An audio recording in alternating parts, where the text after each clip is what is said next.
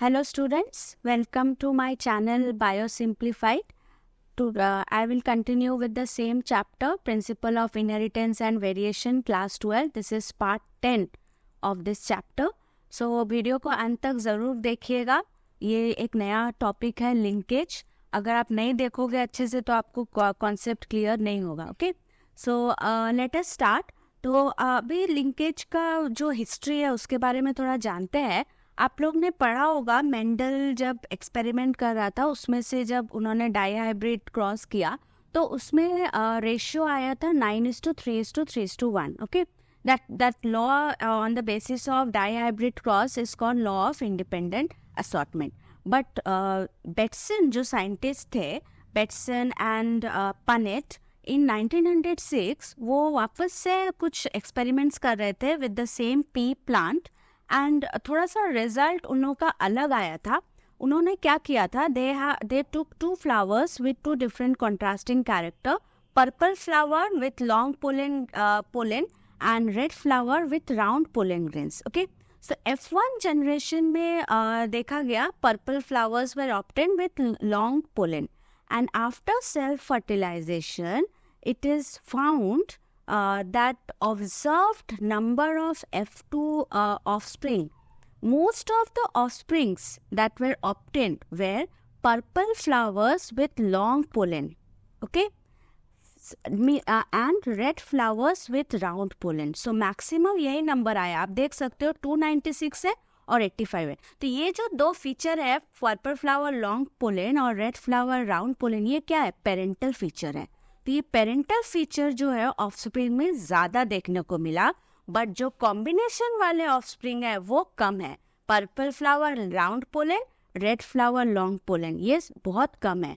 इसका जब रेशियो निकाला गया, आप देख सकते हो ये फेनोटिपिक रेशियो 15.6:1:1.4:4.5 ये आया ratio, which is not matching with the dihybrid phenotypic ratio given by Mendel, that is 9:3:3:1. ये नहीं आया. तो यहाँ पे क्या हो रहा है, law of independent assortment is not obeyed since the offsprings acquired more of the parental features, not the combination of the features. So here comes the theory of linkage, and this theory of linkage in detail was proposed by Morgan.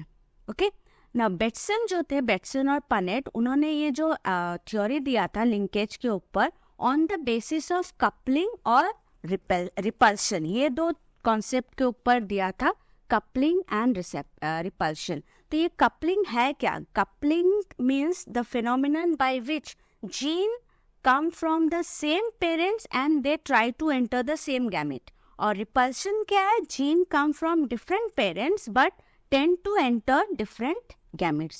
इसको हम और थोड़ा सा detail में जानेंगे Morgan's के concept पे. तो मॉर्गन ने कुछ एक्सपेरिमेंट्स किया था using fruit fly or Drosophila melanogaster. But why he used this organism for his experiment? That is a big question. Some of the points I have mentioned here. You can see this is the these are the diagram or pictures of the Drosophila. This is the female Drosophila. This one is the male Drosophila. This Drosophila can be easily grown in the culture media.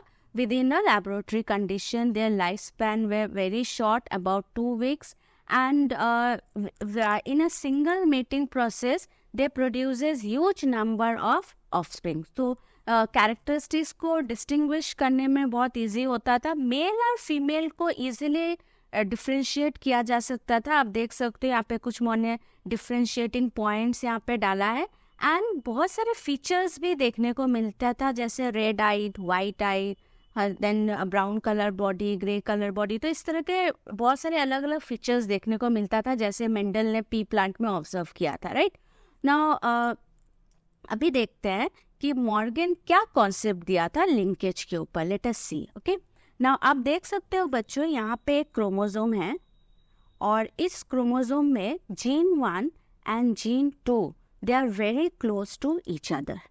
When they are close to each other, this gene are known as linked gene, and this phenomenon of gene to present in the same chromosome in their original combination and they enter in the same gamete, this phenomenon is known as linkage. हमेशा याद रखना, link gene जो होते हैं वो same chromosome, single chromosome पे रहते हैं. अभी आप देख सकते हो नेक्स्ट डायग्राम में दो डिफरेंट क्रोमोसोम्स है. फर्स्ट क्रोमोसोम में जीन 2 है और सेकेंड क्रोमोसोम में जीन 1 है. तो these are not linked with each other, they are called unlinked gene. अभी आप देख सकते हो थर्ड डायग्राम में एक ही क्रोमोसोम में जीन 1 और जीन 2 है, but they are very very long apart. Their distance is very long as compared to the first diagram where the distance between two genes is very small. So in this condition also gene 1 and gene 2 are called unlinked gene. Okay. Next, moving on to the another point. अभी दो तरह से ये link gene chromosome पे रह सकते हैं pair में. एक होता है सिस और एक होता है ट्रांस अरेंजमेंट. मान लो ये एक एलिलिक पेयर है, capital A small A, okay, और सेकेंड एलिलिक पेयर है कैपिटल बी स्मॉल बी. अभी ये जो एलिलिक पेयर है, कैपिटल ए क्या है, डोमिनेंट है, स्मॉल ए है रिसेसिव. तो डोमिनेंट और recessive allele pair for the same trait, if it is present in the same position on two different chromosomes, this arrangement is called cis arrangement, right? अभी आप देख सकते हो इसमें भी वही है, डोमिनेंट जीन ए एक क्रोमोसोम पे सेम लोकस पे स्मॉल ए है, बट यहाँ पे क्या है देखो, कैपिटल बी जो है वो फर्स्ट क्रोमोसोम में है और सेकेंड क्रोमोसोम में उसका ऑल्टरनेटिव फॉर्म स्मॉल बी है, बट यहाँ पे स्मॉल बी पहले है और ऑल्टरनेटिव फॉर्म है सेकेंड क्रोमोसोम में. तो ये हो गया ट्रांस अरेंजमेंट. तो इस तरह से भी लिंक जीन अरेंज रहते हैं, that is known as cis and trans arrangement. Now moving on to the next topic related to linkage. Linkage और जो क्रॉसिंग ओवर होते हैं वो थोड़ा सा डिफरेंट होता है. क्रॉसिंग ओवर आपने पढ़ा होगा मियोसिस में, that the in between the two non-sister chromatid in homologous pair the chromatid material is exchanged. तो ये लिंकेज में क्या होता है, linkage is a tendency of gene to remain together always, but crossing over में क्या हो रहा है, exchange हो रहा है by breaking the chromatid material between the non-sister chromatids, right? Linkage में कोई parental combination ही maintain होता है, no new gene combinations are formed, so it reduces gene combination. But crossing over में क्या होता है बच्चों कि नए तरीके से एक new recombinant form करता है by crossing over, by exchanging the genetic material. और एक पॉइंट बहुत इम्पॉर्टेंट है यहाँ पे, strength of linkage increases as the distance between two link genes decreases, but frequency of crossing over decreases with the decrease of distance between the genes. So this is all about difference between linkage and crossing over. थोड़ा दो तरह के linkage होते हैं, हम थोड़ा बोल देते हैं. एक है complete linkage. There are two types of linkage. One is complete linkage.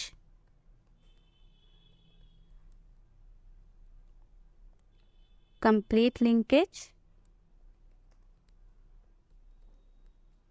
And second one is incomplete linkage.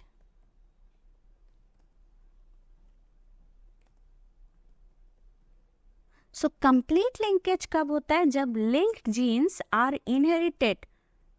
Linked genes are inherited together for two or more than two generations.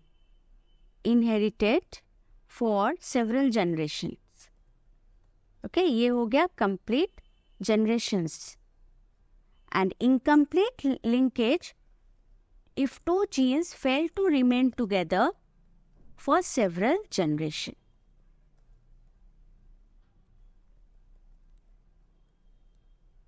First case जो complete linkage होता है तभी possible है जब crossing over के समय वो chromosome segment break नहीं हो, और इनकम्प्लीट लिंकेज तभी होगा जब क्रॉसिंग ओवर होगा और वो क्रोमैटिड मटेरियल ब्रेकअप हो जाएगा. ओके और लास्ट टॉपिक जो है सिग्निफिकेंस ऑफ लिंकेज. आप मेरा नोट्स फॉलो करिए. नोट्स का लिंक आपको डिस्क्रिप्शन में मिल जाएगा. For the entire topic what ever I am discussing you will get the notes. Hope you understood this concept of linkage, students. Any queries, you please write it in the comment box. I will definitely give a comment or give the answer as soon as possible. So thank you so much, students, for watching.